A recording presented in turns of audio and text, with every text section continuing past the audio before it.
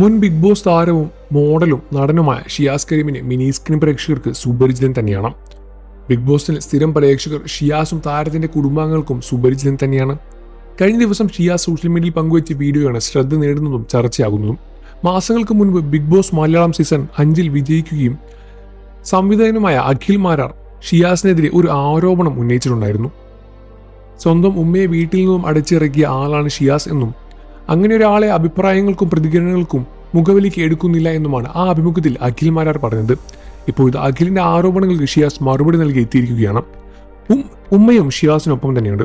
ഒരു ചാണകപ്പുഴു ഒരു അഭിമുഖത്തിൽ ഉമ്മയെ ഞാൻ അടിച്ചു പുറത്താക്കിയെന്ന് പറഞ്ഞു.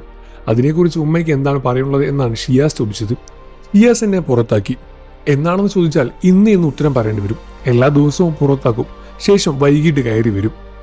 എന്നെ മോൻ പുറത്താക്കിയിട്ടൊന്നുമില്ല, ആരും അങ്ങനെയൊന്നും പറഞ്ഞു നടക്കണ്ട എന്നും ഉമ്മ പറഞ്ഞു. എൻ്റെ ഉമ്മയെ ഞാൻ പുറത്താക്കിയിട്ടില്ല. ഉമ്മയും വല്യുമ്മയും എനിക്കൊപ്പം വീട്ടിലുണ്ട്. നിങ്ങളും വീഡിയോയിലൂടെ അവരെ കാണുന്നതല്ലേ. റമദാൻ മാസമാണ്, ഞാൻ പോയി കഴിഞ്ഞാൽ ഇവർ വീട്ടിൽ ഒറ്റയ്ക്കാണ്. അതെനിക്കൊരു പേടിയാണ്. ഇപ്പോൾ ഞങ്ങൾ അത്താഴം കഴിച്ച് വിശ്രമിക്കുകയാണ് എന്നും ഷിയാസ് തുറന്നു പറഞ്ഞു.